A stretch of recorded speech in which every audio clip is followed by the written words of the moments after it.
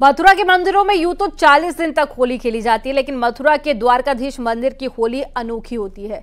यहां पर भगवान हरे भरे बगीचे में बैठकर सोने चांदी की पिचकारी से अपने भक्तों के साथ में होली खेलते हैं और भक्त भगवान की पिचकारी भरा रंग भी डालते हैं।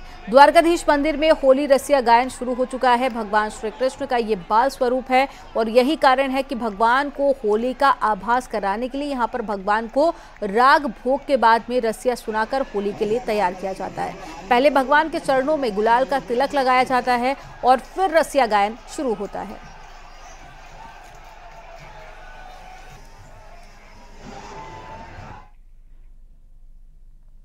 चुनावी साल होने के चलते जौनपुर में प्रधानमंत्री मोदी और सीएम योगी आदित्यनाथ की तस्वीरों वाली पिचकारियों की डिमांड काफी ज्यादा बढ़ गई है।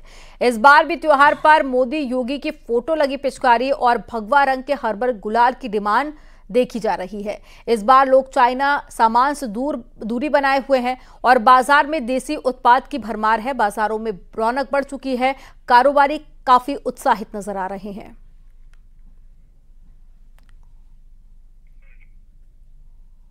पिचकारियों को डिमांड है, कुछ लोगों का डिमांड है कि भाई योगी का रहना चाहिए, मोदी की फोटो लगी हो, ऐसा कुछ दीजिए।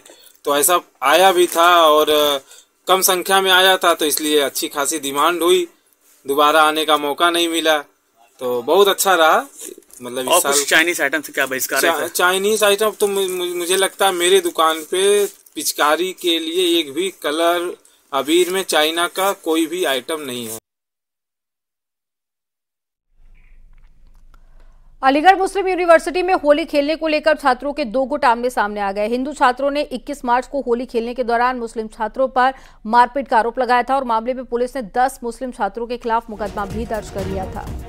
इससे नाराज मुस्लिम छात्रों ने एएमयू कैंपस में नमाज अता कर विरोध जताया और प्रशासन से मुकदमा वापस लेने की मांग की। दूसरी ओर बीजेपी और हिंदूवादी संगठन ने आरोपी छात्रों की गिरफ्तारी के लिए थाने में धरना दिया है और जिन्हें उचित कार्रवाई का आश्वासन देकर शांत कराया गया।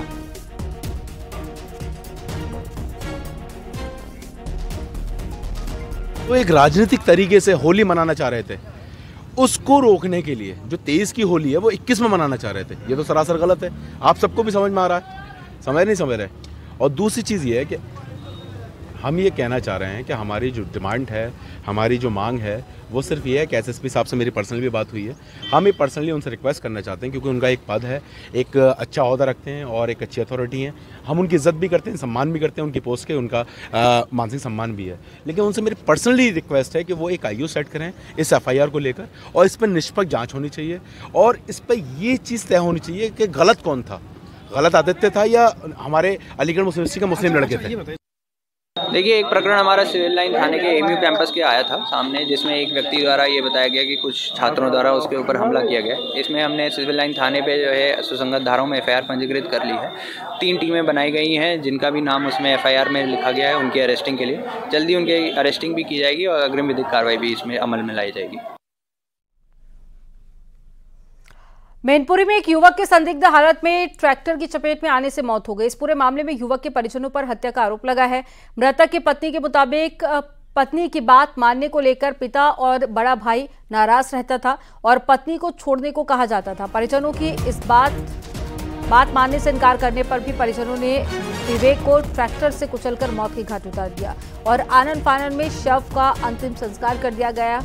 वहीं एसपी ने कहा है कि मामले की शिकायत मिली है, जहां जांच रिपोर्ट के आधार पर कार्रवाई की जाएगी।